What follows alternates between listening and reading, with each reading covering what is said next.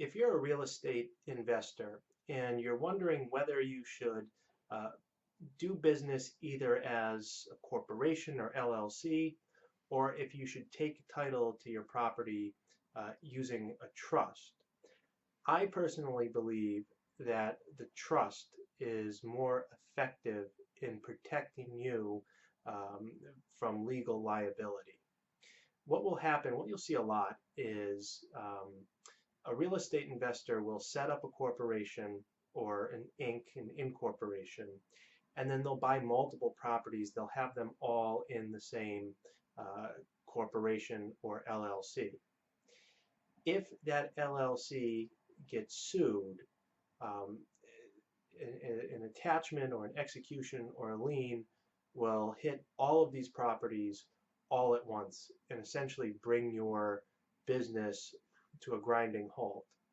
One way to avoid it is you could set up multiple LLCs or multiple corporations, uh, but this becomes very messy, very expensive, very confusing, uh, and it's just not an easy way to do business. Right? First of all, you need to set up the LLC. You need to pay a lawyer to do it. You need to pay the filing fee for the state. It's $500. You need to pay $500 every year after that to keep the corporation in business. And in the long run, in my opinion, it's just expensive and it doesn't make sense. The trust, on the other hand, essentially doesn't cost anything to set up. Um, you just need to find a lawyer who likes using trusts, who will set them up for you, um, and if they will do it at a low cost, then you might pay a little bit more in recording costs when you close, but you don't need to pay annual fees.